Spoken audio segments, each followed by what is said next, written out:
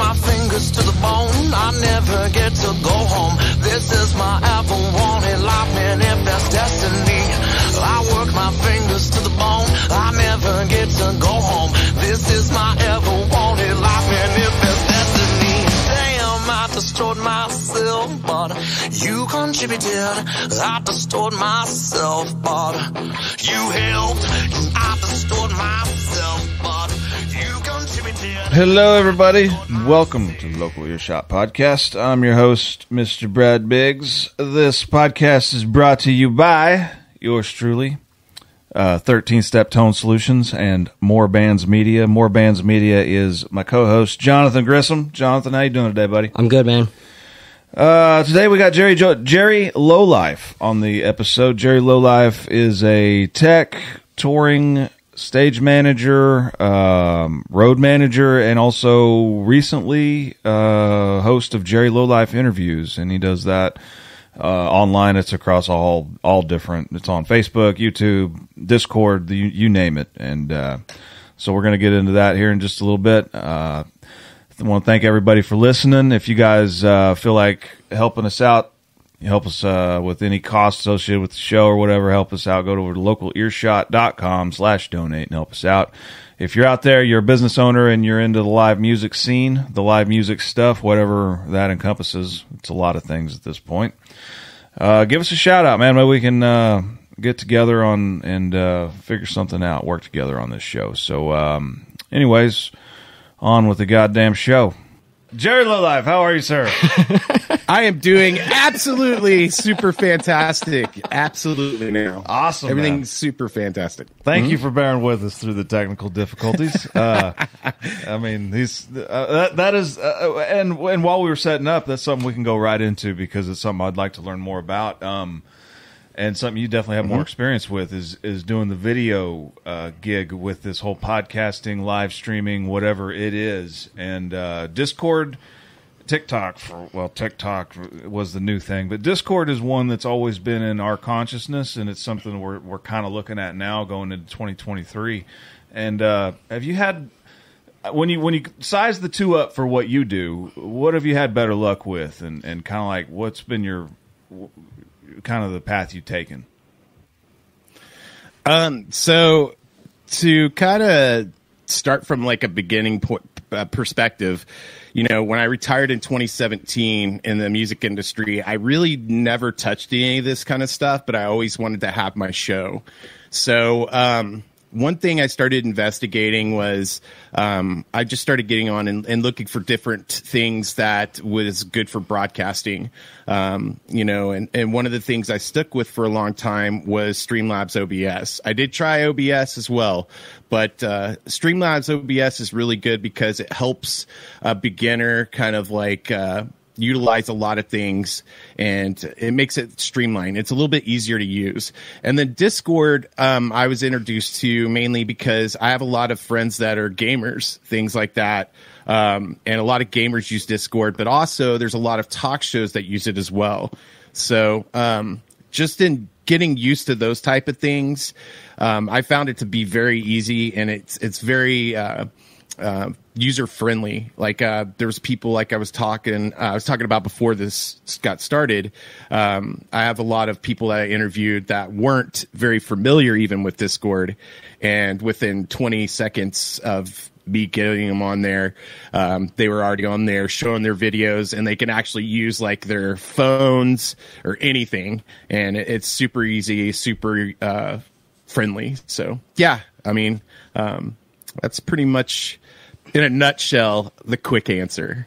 Well, and yeah, and like I think we've tried several different kind of ways of going about it when we've done our video stuff. We tried Facebook Live, and those, like, the social media offerings are pretty limited, but as far as what they're there for, they do okay, but they're not really they're not a show.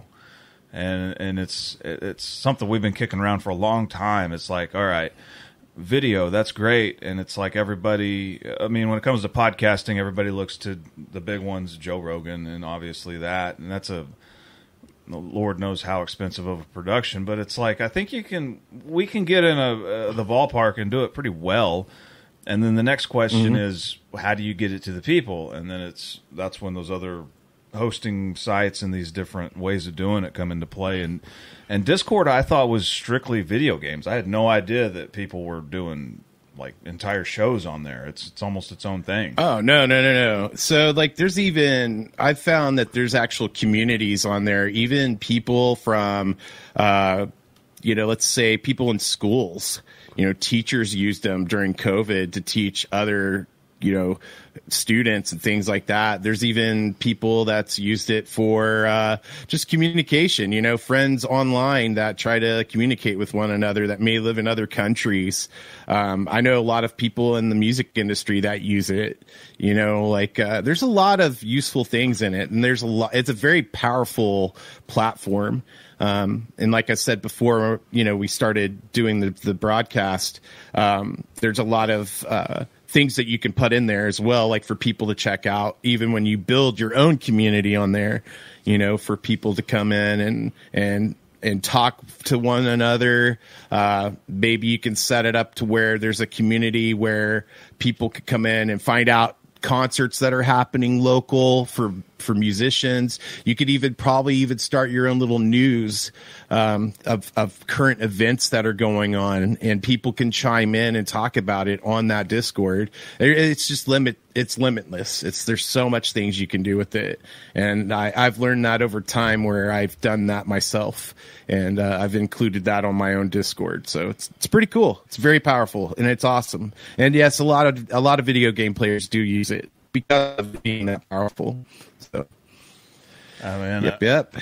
Yeah, and that's definitely something we're going to have to seek out as far as like what we do and what we're about. Johnathan Grissom, he's with Morebands Media. We're trying to build a network of kind of that, anyways, just local musicians, or at least musicians in and around like the Southwest region that can have a network that we can, hook up or whatever we need to do if we need to do it, and see if we can build a band maybe in this part of the country from time to time. But take us back a little bit with yourself and kind of where your background is with it. And I know it's typically we interview direct musicians and people that are in that space of the live entertainment thing, and I know you come from a little bit of a different background from the tech spot and the management spot. So tell us a little bit about yourself on that one. Okay, so I'll kind of start from the beginning, and I'll be as short as possible. I got so much stuff that kind of builds to it, but long story short, I obviously was a kid that played music. I was a band nerd. I had one of my first bands in high school. We were called Scowl. We were all into like New York hardcore stuff, like Stick of It All, Agnostic Front, that kind of thing. East Coast hardcore punk. Then when I was about 19 years old, right out of high school, I got into a band called Lowlife, hence the name Jerry Lowlife, everyone calls me by. There's so many epic things that happened when I was in that band. They were the first band I got to open for a national band, and it was Coal Chamber at Tower Theater. And I thought that was so awesome because I was like, wow, I never got to do anything like this before. What year are we talking on that with the Coal Chamber thing? Like 97. Oh, so that was, they were the shit at that point. Yeah, it was about 97. And then within that same time frame, we were working for, but we were helping a distributing agency, and it was called Streetwise, and they made these compilation CDs for bands like Disturbed, Slipknot, System of a Down, and we would like pass these CDs out at our shows and stuff to help distribute new music and to get people listening to new things upcoming, you know what I mean? And at one point in time, they actually started paying attention to us. And it was really cool. So we started meeting these bands like Slipknot on mp3.com when they were nobodies. And we actually brought Slipknot's first gig out of town here to Oklahoma City. And It was absolutely amazing. I actually have a flyer I can send you. It was hand wrote and signed by everybody on that tour. Nice. From that time. And it was like overnight they blew up. It's crazy. So we got to do a lot of shows like that. I got to learn a lot about the industry locally by a lot of people. I later on in Lowlife, on my out game, I had a buddy of mine named Noah Robinson, and he was leaving a band. We were practicing at a place called the Music Box, but at that time it was called the Downtown Music Box, and it was off like Penn in Virginia in downtown Oklahoma City. And he was leaving a band and coming down this hallway, and we were like in Studio One, and it was a nice recording, like just a rehearsal studio. We had our own showers, bathrooms. We had a wet bar in there. It was just awesome. But anyways, he's leaving the band, and we needed a new guitar player, so he just like walked in. Well, where this ties in, he was with us for maybe 2 or 3 weeks before he left. But he then became the vocalist for a band called Bleed the Sky.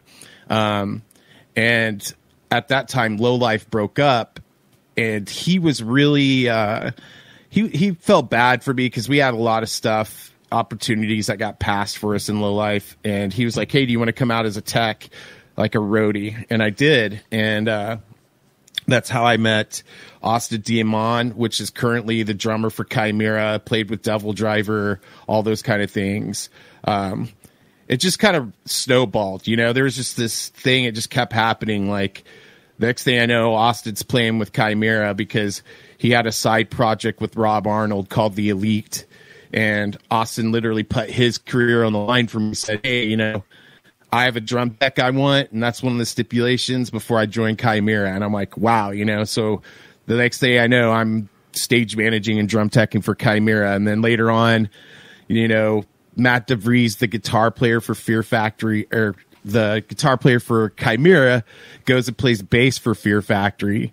And they needed a stage manager and drum tech. And the next thing I know, I'm out doing that stuff with them, you know, and it's like everything just started happening. And then later on in life, I'm out like doing shows with Kiss and Def Leppard, and I'm out working for a band called Cobra and the Lotus. And it just snowballs. It's just such a small world. Once you get into that point, you just kind of get to know everybody because you're playing festivals in Europe where there's like thousands and millions of people, but yet the network behind the scenes is so small that we have to find other gigs. Once one gig stops, you know, a tech goes to work for another band.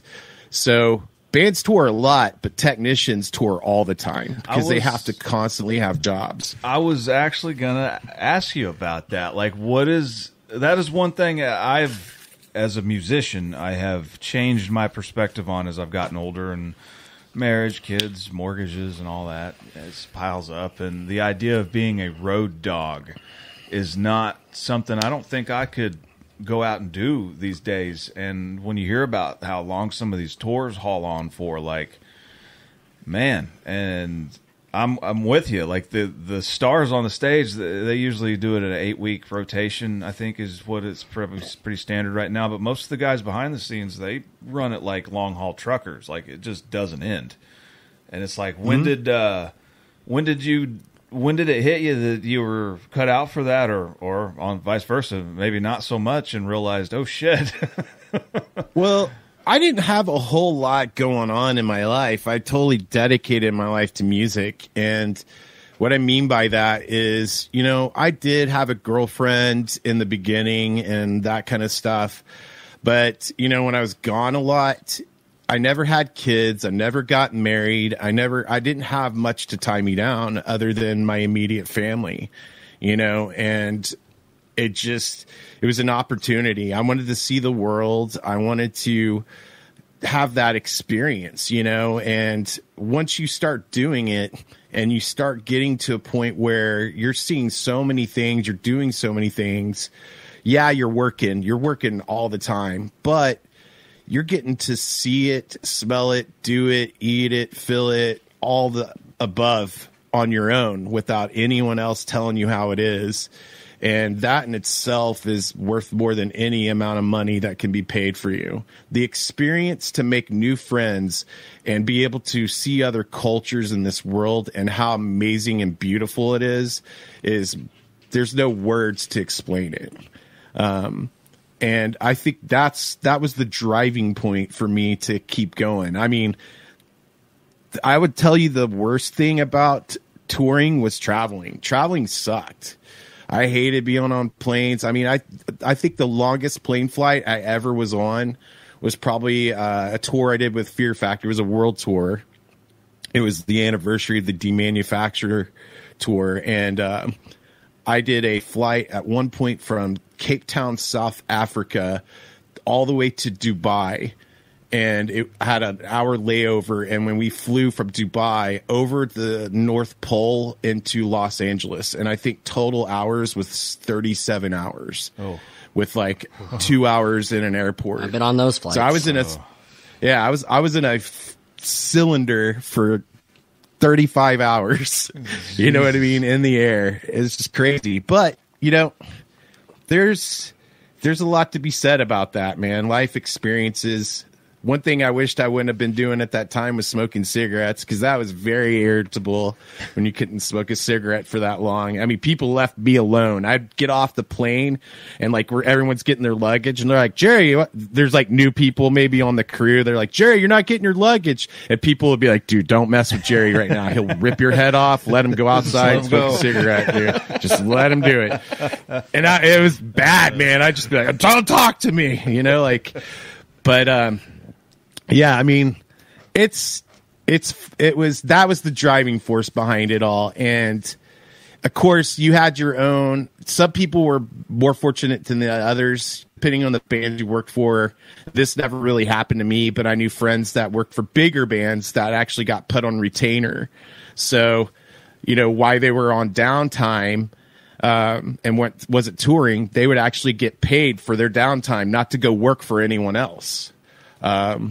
And that would have been awesome. But, you know, I always had work, and the bands I worked for were very busy. They had to be, you know, and because they weren't like the huge bands, but they're definitely not the small bands. Yeah. And with everything changing in the industry for record sales and all that stuff doesn't really exist anymore.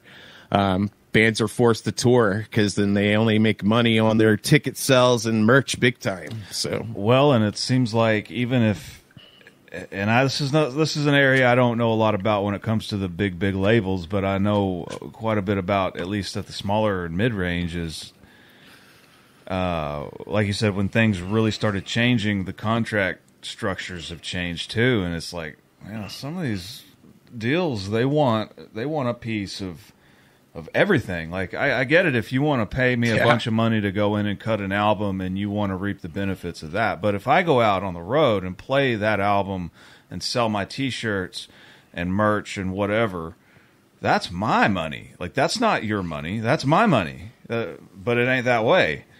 And it's right. It's something that it took me a long time to actually see how it works and some of the structures of it. But it's very, very interesting when you start seeing how it all stacks up. Yeah, there's a lot that goes to it for sure, you know, and I learned a lot of that being a tech. You know, I was a bill for these bands. Yeah. I had nothing to do with anything else, and that was the great thing about it. So I hate to say it this way, but at the end of the day, I felt more comfortable about that in my decisions in being a technician, because seeing what the bands had to deal with in the long run, it's a huge responsibility, and there's a lot of things that they have to account for, you know, to be doing the things they're doing, and it blows my mind. But yeah, I mean, there was a lot of stepping stones locally here in Oklahoma, big time. I stage managed at the Diamond Ballroom for years. You know, I worked for a lot of local promoters. I'm sure you've heard some of them. Tony Proctor. Even before then, Max Baker. Max Baker's a big one around, yeah. There's, you know, a lot of people that I learned from, man. They're stepping stones. Like, you know, a really good dude that I want to absolutely give a big shout out to is Sean McGillicuddy. And Sean was he had his own band called Spooky Fruit.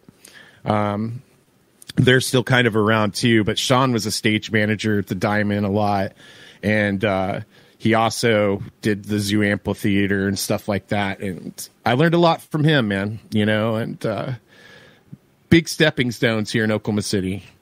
You know, I learned a lot from a lot of people, and it was really, I'm very fortunate to be where I was at, to be honest, you know, because it is a lot of work, but it's also politics and being at the right place at the right time. Because I know plenty of people that do just as good as I would have if they were in my same scenario, I guess you could say. But it seems like yeah, that you know, that sums up a little bit of everything. It seems like, especially when you throw a little bit of it's just politics and being at the right place at the right time, you know.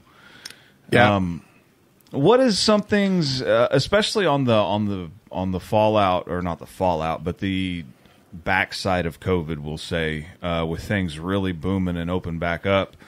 I think from what we've talked about and what we've seen is like everything had turned into a fucking festival there for a little while, and I think next year we're kind of seeing the other side of the bell curve. Everything kind of was a big rush there after everything was shut down. Now we're going to see it pulled back a little bit.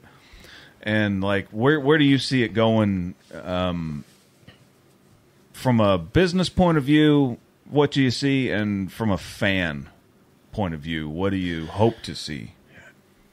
So, you know, not to get off subject a little bit, but on subject, like, I retired from the music industry in 2017. I lost both of my parents in a 2-year period, and I have a sister that's diagnosed with paranoid schizophrenia. And I'm all that she has. So I obviously retired from the music industry for family reasons, because family's first. And that was in 2017, pre-COVID. And luckily enough, I found a good job to support me in that era.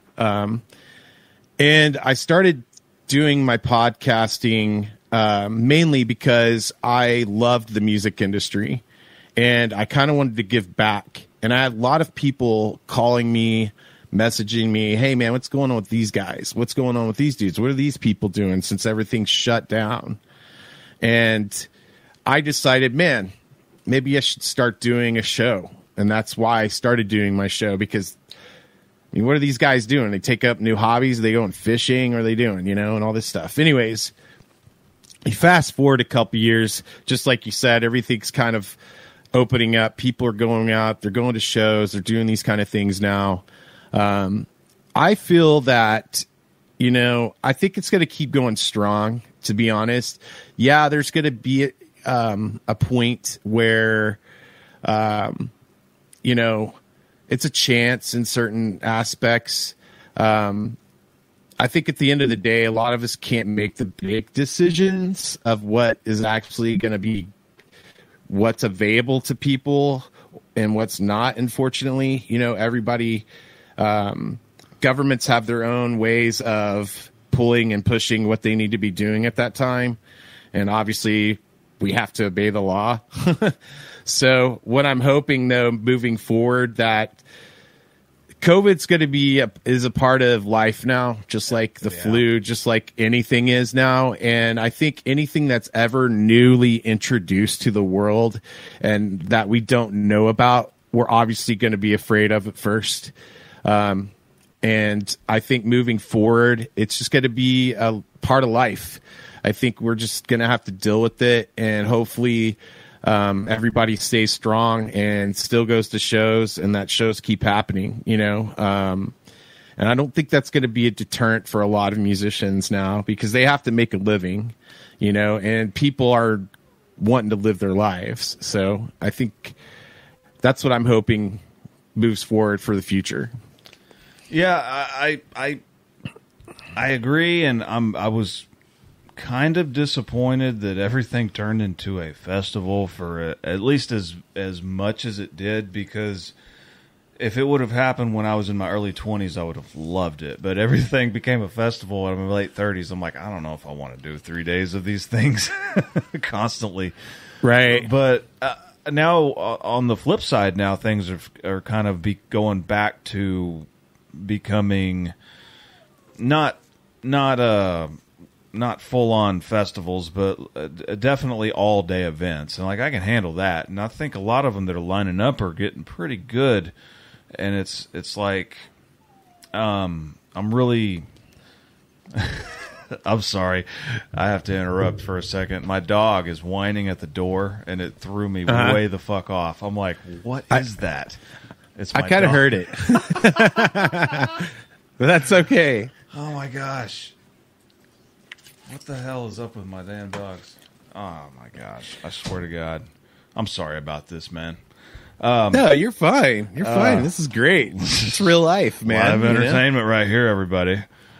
Oh, that is actually one thing I wanted to kind of get your opinion on is with everything going from festivals and this, that, and the other, and now what I'm seeing is everything is going to a tribute, and I think Pantera might be the first step in that, and I don't know how to feel about it. Like I've seen the footage. The live footage sounds good, and I understand the meaning behind it. I think everybody's in it for the right reasons, but it's such a man. I'm such a hardcore Pantera fan. That's such a hard one for me.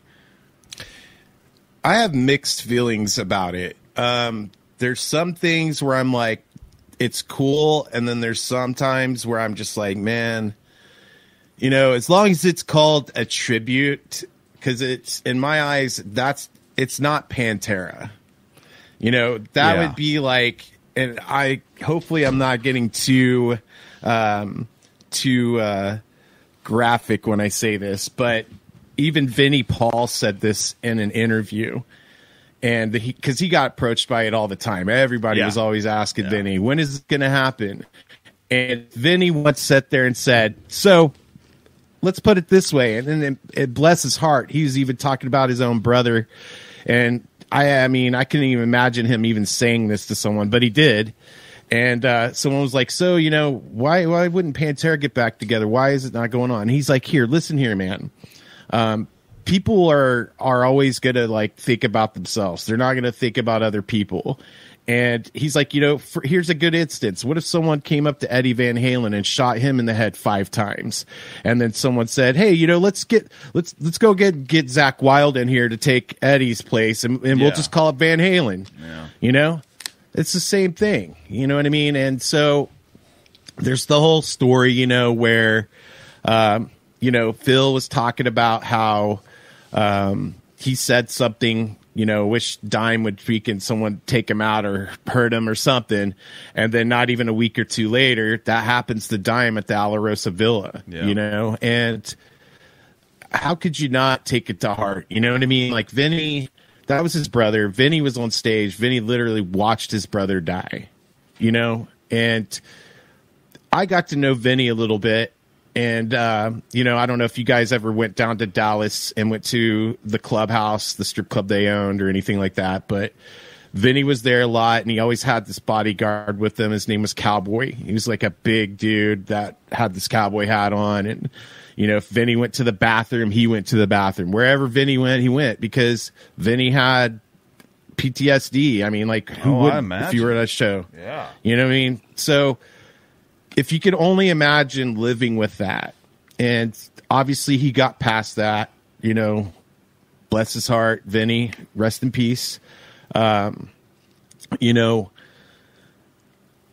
where I rest with all that. Now, on the flip side of it all, there's a lot of kids that never got to experience a Pantera show. Yeah. And there's a lot of people that didn't get to see the show. If there was anyone to fill Dime's place, I think they did a good job in picking out the people as far as them and Charlie to do those positions. Those guys have known Vinny and Dime for a long time, and I don't question the fact that those guys would do anything to do the best they could for those people. Are they going to sound exactly like them? No. You know, if the roles were reversed, and let's say Zach was gone now and Dime was still alive, you know, let's say that they approached Dime to say, hey man, would you go do something for Zach Wilde? Of course Dime's going to do it. Is he going to sound exactly like Zach? Absolutely not. You know, no one's ever going to sound like someone else because you're not them.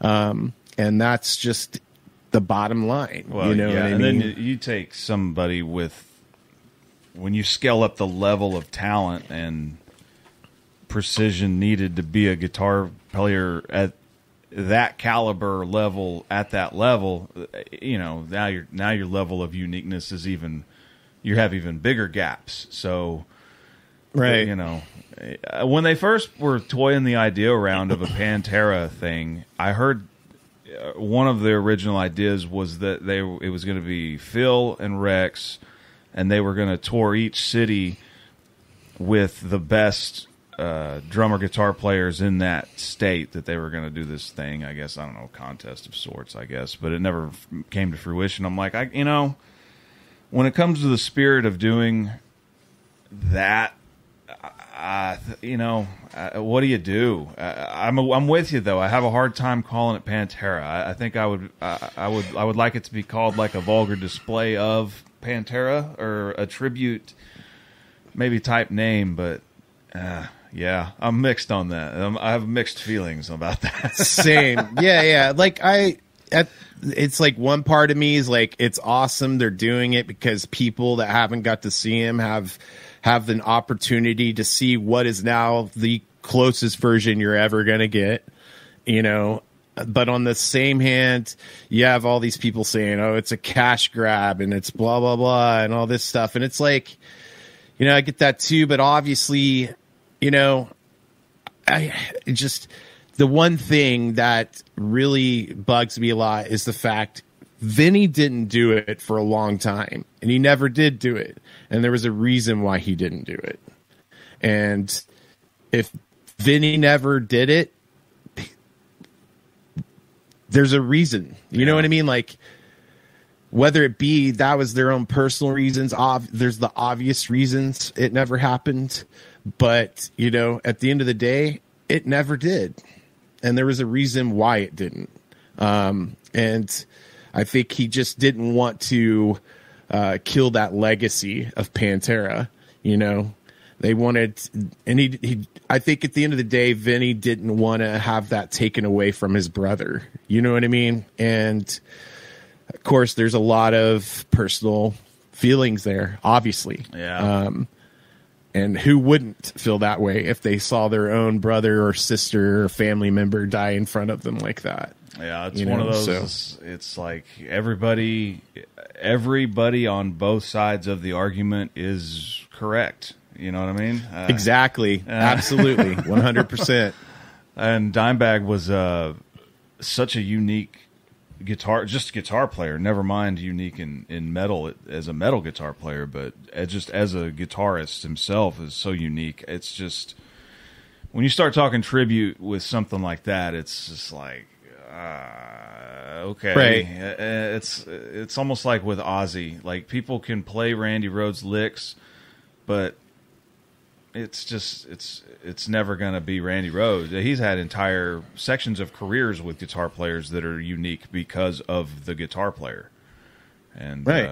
I don't know, man. Well, I mean, there's tons of examples of that. You know, and it may not be the guitar player, but members of bands. Like, let's look at the Doors. The Doors never did anything. You know, after he passed away, it was done. Yeah.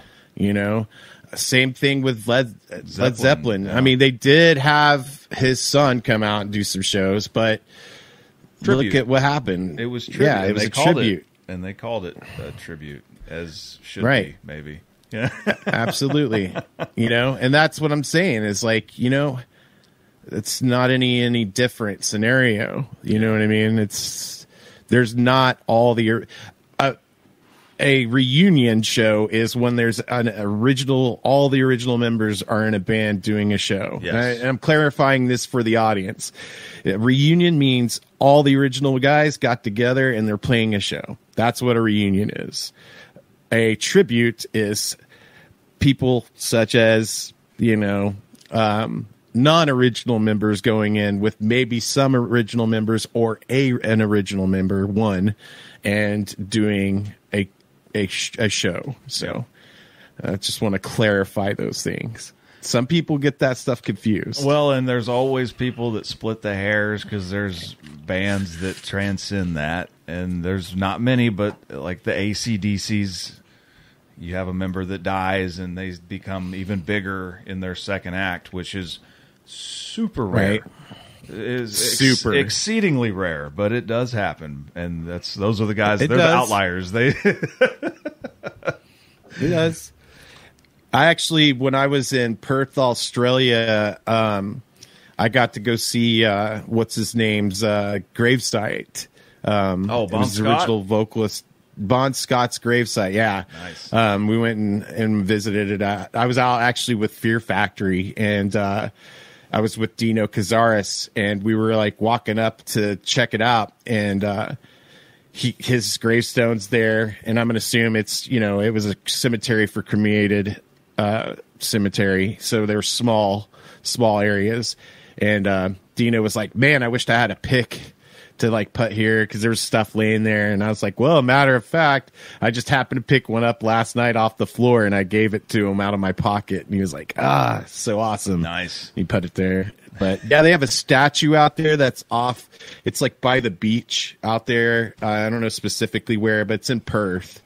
And then they have his grave sites like absolutely in there too as well. It's pretty good, pretty awesome, pretty cool. Nice, man. I have only been within the continental North American borders. I've never been across either pond. Yeah, I probably wouldn't have either if I wouldn't have toured. Before I toured and started doing anything as far as the tech side of it all, the only places I ever been was probably like Oklahoma, Arkansas, Kansas, Texas, and that was probably about it. Man, made the jump, huh? It was like, it wasn't just a jump. It was just like a leap, man. It's crazy. Well, crazy. Take us through some of the stuff you got lined up maybe for 2023 before we wrap up and get out of here. You got anything on the Jerry Lowlife interviews that you got coming up? So if you guys aren't familiar with it, I do my it's a podcast, but it's a TV show, I like to call it. But I do my interviews on Facebook at Jerry Lowlife Interviews. And I don't have specifics lined up right now. I took a little break because, as you guys know, in the music industry, and it's not just music industry. I do everybody that's in the entertainment industry. But right now, that's what I focus on a lot because that's where I come from, and it's a little bit easier to do. So I'm still in my stepping stones. But I've reached out to a lot of musicians for this next year, starting out because everybody's kind of home for holidays. A lot of the tours are winding down, so people want to be at home. So I'm not trying to bug people, and I'm kind of waiting for after the year. So I have people like Dino Cazares that have reached out to. He's a guitar player for Fear Factory that I work for. Another one is Austin Diamond. He was with Devil Driver. Just announced that he is retiring from Devil Driver, but he's going back to go play some special shows with Chimaira that's going to be happening in May. It's a 2-nighter at the Agora. And then, I've reached out to a few of the guys that I know in the industry. One being another drummer, which is Brian Van Pooterden. He's a drummer that I met. It was like 2014, I want to say. I did a 3-month tour with the Fear Factory, and it was with Devin Townsend as well. And Ryan was the drummer for Devin Townsend, which absolutely phenomenal person. But yeah, those are a few things maybe to look forward to coming up. I haven't, and you guys are getting that exclusive from me because I have nothing posted about any of that right now on my page. So that's an absolute exclusive to you guys. But yeah, those are some things to look forward in 2023. I'm kind of aiming to do it probably mid-January.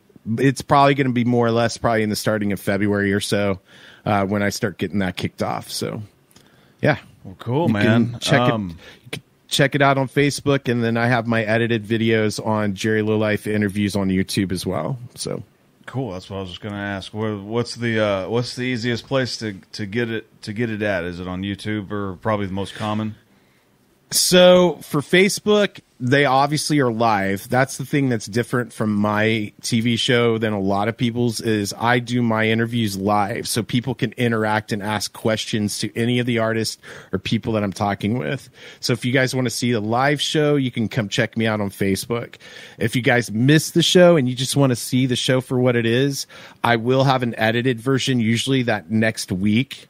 And I'll have it placed on my YouTube channel, and you guys can go just watch them there. So very cool, man. Well, man, I hope you guys have a great holiday on your end. We're gonna wrap up and get on out of here. I think we're gonna downshift to the end of the year ourselves. I think this will actually be the last episode for the year. I think this will be our last one for the year. Right on. We'll let you know when it drops, and we'll send you all the information and everything along with it. Cool.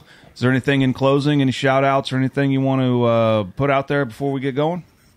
Just wishing everybody happy holidays. Take care of each other. Be good to each other. I wish you guys, John and Brad, thank you so much for having me on the show. I appreciate it very much, reaching out to me.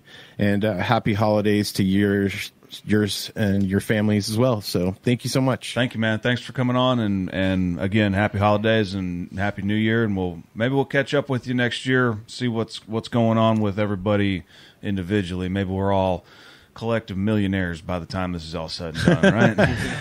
Absolutely. That would be amazing. All right, man. We'll see you later, man. Take care. Yep, sounds good. Take it easy. Jonathan, if the people would like to donate to the show, how can they do that? The Local Earshot podcast, we run on the value for value system. That is time, talent, and treasure. So we value everybody's time for listening. We are working toward videos. So if anyone wants to donate to the show or sponsor an episode, that would greatly appreciate it because that would help us actually expand to being able to do video and bring the show to a more higher level. And then as for talent, if you are an artist and you want to be on the show, then you can reach out to me at john@thelocalearshot.com or Brad on our Instagram page. It's The Local Earshot. Thank you for listening and happy holidays, and everybody be safe out there. Love y'all. See y'all. Bye-bye.